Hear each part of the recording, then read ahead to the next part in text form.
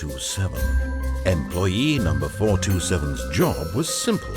He sat at his desk in room 427 and he pushed buttons on a keyboard. Orders came to him through a monitor on his desk, telling him what buttons to push, how long to push them, and in what order. This is what employee 427 did every day of every month of every year.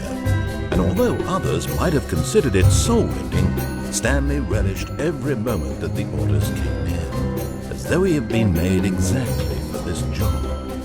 And Stanley was happy. And then one day, something very peculiar happened. Something that would forever change Stanley. Something he would never quite forget. He had been at his desk for nearly an hour when he realized that not one single order had arrived on the monitor for him to follow. No one had showed up to give him instructions, call a meeting, or even say hi. Never in all his years at the company had this happened, this complete isolation. Something was very clearly wrong. Shocked, frozen solid, Stanley found himself unable to move for the longest time. But as he came to his wits and regained his senses, he got up from his desk and stepped out of his office.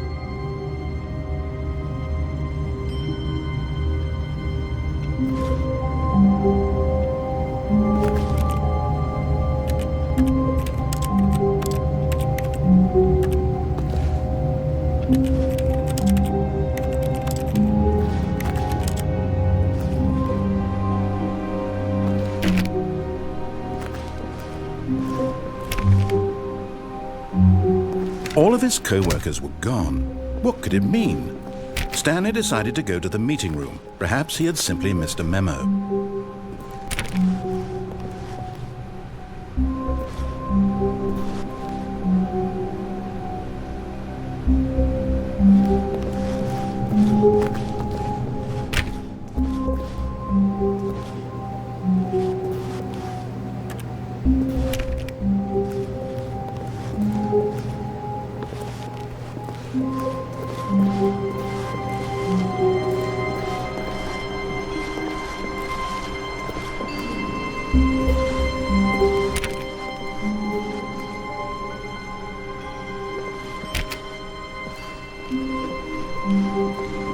When Stanley came to a set of 2 open doors, he entered the door on his left. This was not the correct way to the meeting room, and Stanley knew it perfectly well. Perhaps he wanted to stop by the employee lounge first, just to admire it.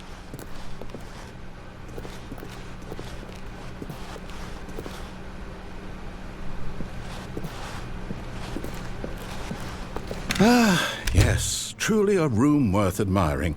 It had really been worth the detour after all, just to spend a few moments here in this immaculate, beautifully constructed room. Stanley simply stood here, drinking it all in.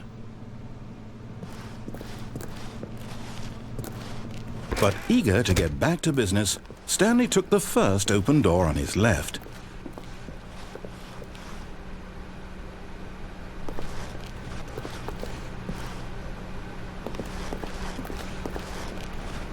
And so he detoured through the maintenance section, walked straight ahead to the opposite door, and got back on track.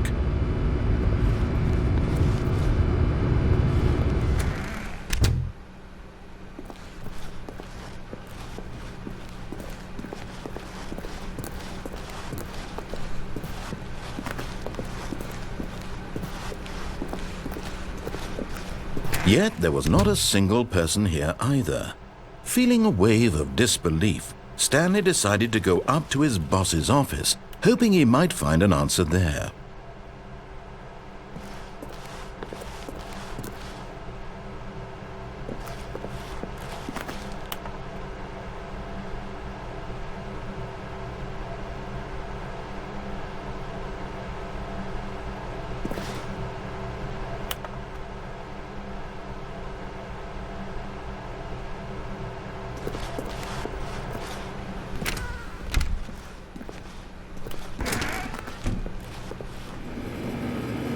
Stanley stepped into the broom closet, but there was nothing here, so he turned around and got back on track.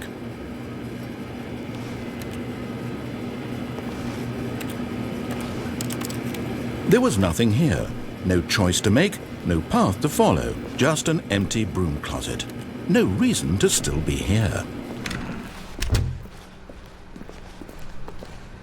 Coming to a staircase, Stanley walked upstairs to his boss's office.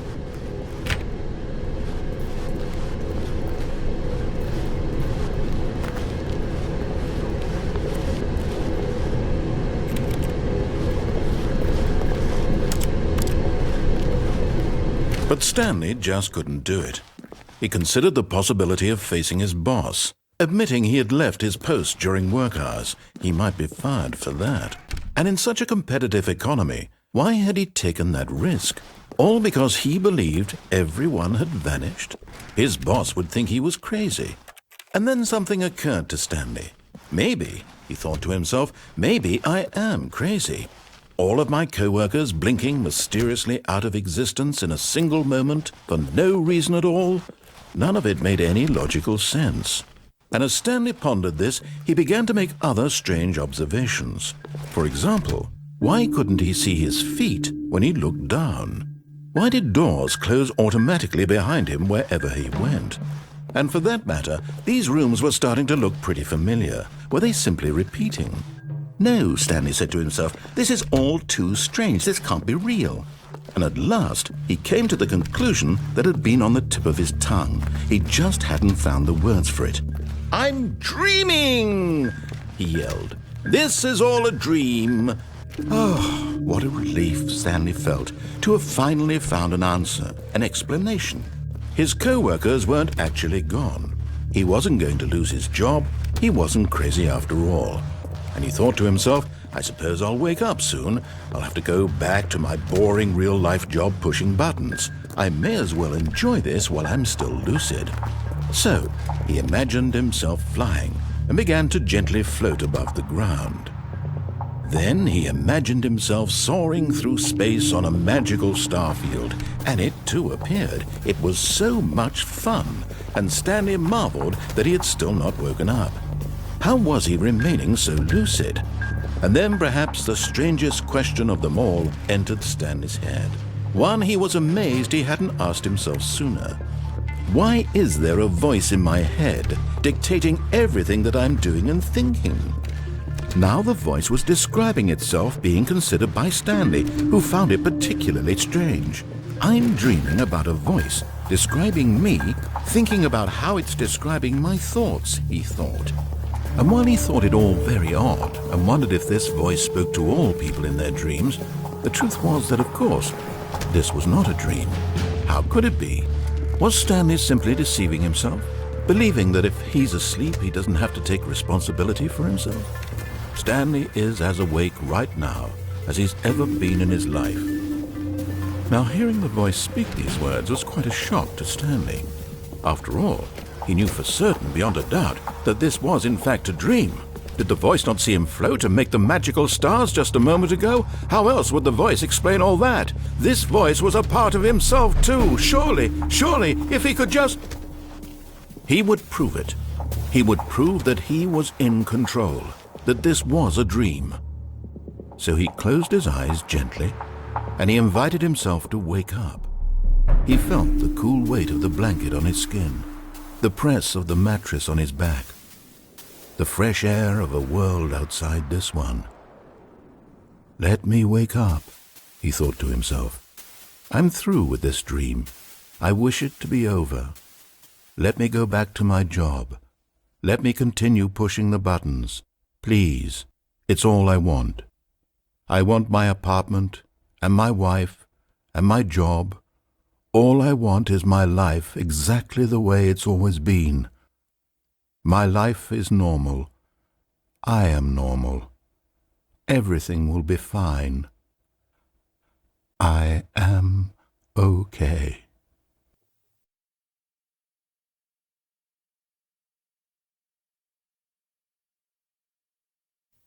Stanley began screaming. Please, someone, wake me up. My name is Stanley. I have a boss. I have an office. I am real. Please, just someone tell me I am real. I must be real. I must be. Can anyone hear my voice? Who am I? Who am I? And everything went black.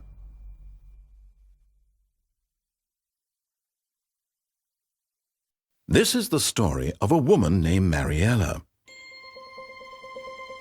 Mariella woke up on a day like any other.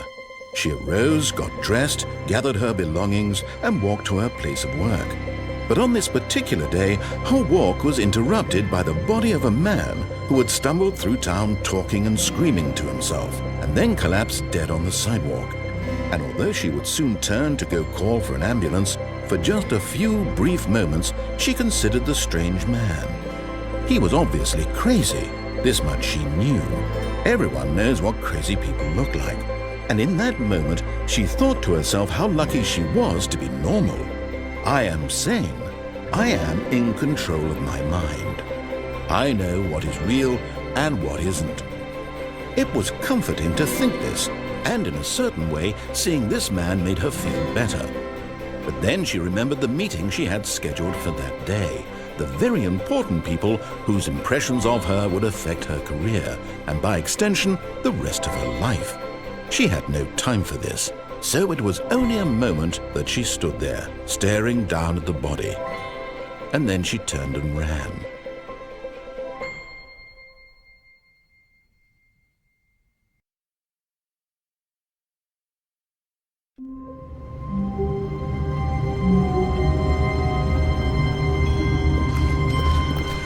All of his co-workers were gone. What could it mean? Stanley decided to go to the meeting room. Perhaps he had simply missed a memo.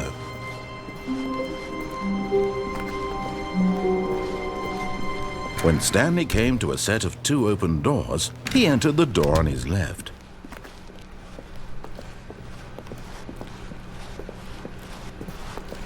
Yet there was not a single person here either.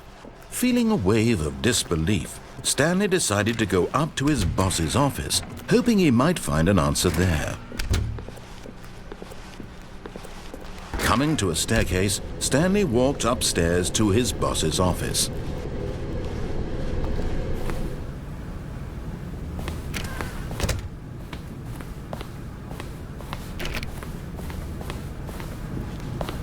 Stepping into his manager's office, Stanley was once again stunned to discover not an indication of any human life.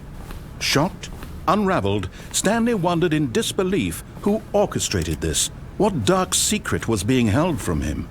What he could not have known was that the keypad behind the boss's desk guarded the terrible truth that his boss had been keeping from him. And so the boss had assigned it an extra secret PIN number, 2845. But of course, yet incredibly, by simply pushing random buttons on the keypad, Stanley happened to input the correct code by sheer luck. Amazing. He stepped into the newly opened passageway.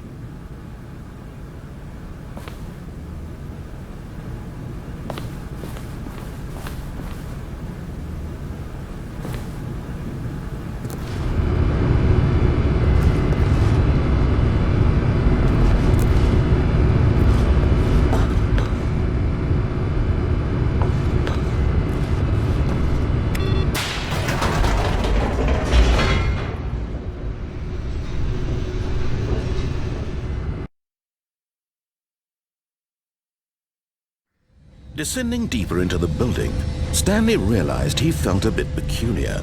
It was a stirring of emotion in his chest, as though he felt more free to think for himself, to question the nature of his job. Why did he feel this now, when for years it had never occurred to him? This question would not go unanswered for long.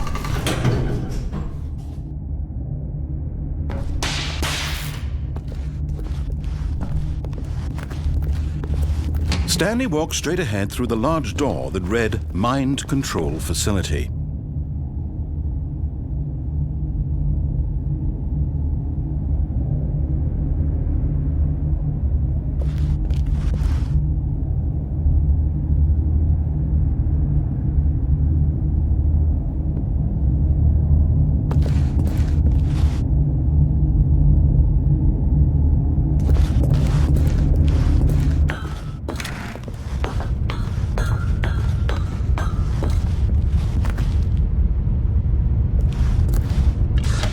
The lights rose on an enormous room packed with television screens. What horrible secret did this place hold? Stanley thought to himself. Did he have the strength to find out?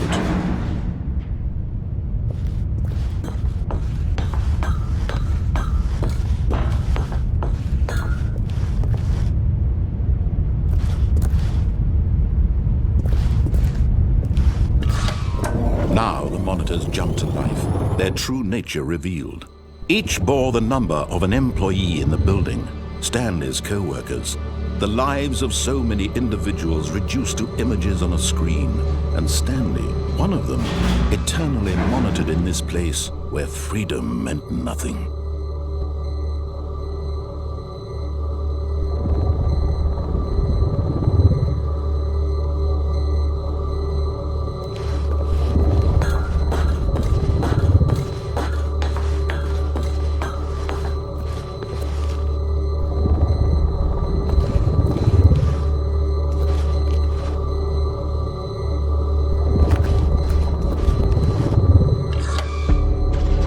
This mind control facility, it was too horrible to believe. It couldn't be true.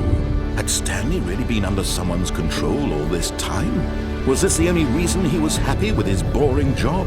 That his emotions had been manipulated to accept it blindly?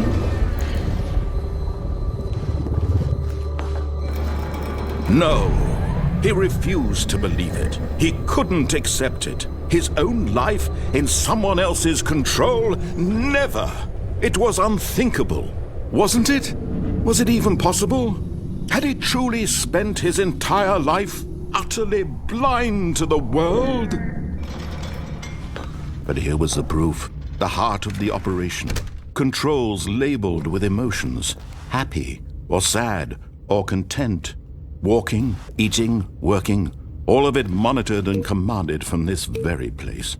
And as the cold reality of his past began to sink in, Stanley decided that this machinery would never again exert its terrible power over another human life. For he would dismantle the controls once and for all.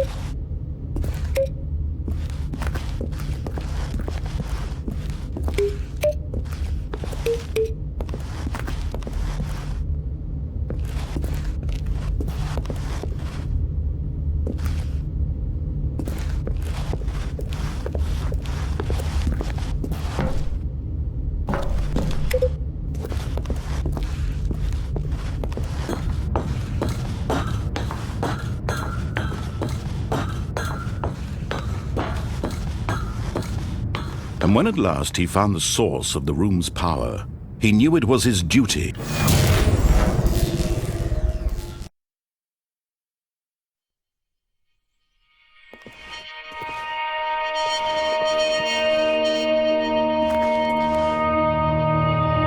Blackness and a rising chill of uncertainty. Was it over?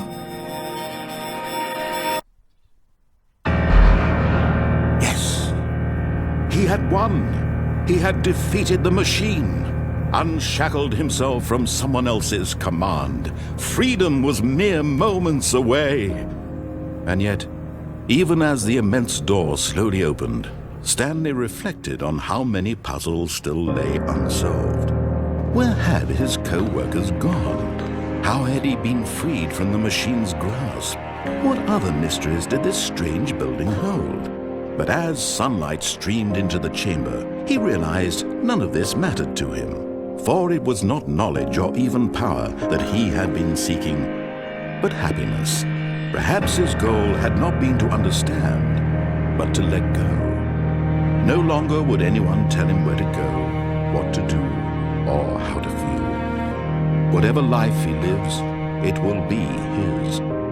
and that was all he needed to know. It was perhaps the only thing worth knowing. Stanley stepped through the open door. Stanley felt the cool breeze upon his skin, the feeling of liberation, the immense possibility of the new path before him. This was exactly the way, right now, that things were meant to happen. And Stanley was happy.